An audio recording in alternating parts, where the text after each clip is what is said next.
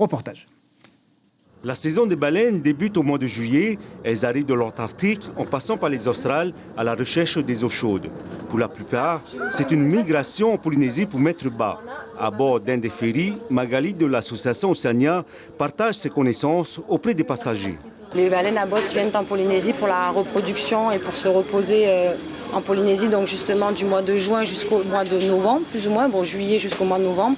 Donc là, il y a potentiellement des dangers puisque le baleineau étant un bébé, il n'est pas maître de lui-même et il peut remonter à tout moment et le risque de collision peut avoir lieu. Je pense que c'est bien, comme ça, on va, voilà, pour le respect des baleines.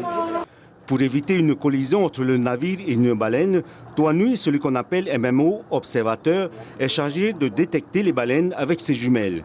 Assis aux côtés du capitaine du navire, c'est lui qui donnera la position du mammifère pour éviter les risques de collision. J'avertis le capitaine, je donne la distance et après c'est lui qui gère s'il faut faire une manœuvre d'évitement ou pas. À quel moment il faudra faire une manœuvre? Quand c'est un code rouge, c'est-à-dire entre 100 mètres et moins. Une collision a déjà eu lieu entre Tahiti et Montréal en 2013. Pour les capitaines des ferries, avoir un observateur à bord leur permet de mieux se concentrer sur la navigation, surtout en cette saison des baleines où ils risquent de croiser au moins 150 individus sur leur chemin jusqu'en novembre. Ça nous fait comme une double surveillance au niveau des allées et venues des baleines.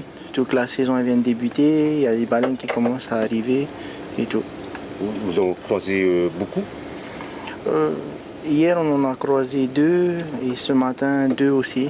Donc là, comme la saison débute vraiment. À 2 km après la sortie de passe, j'ai vu une baleine. Lors de la première navette de ce matin, ils en ont croisé 2, se baladant tranquillement dans le chenal. Ces cétacés peuvent atteindre jusqu'à 15 mètres à l'âge adulte pour un poids de 26 tonnes.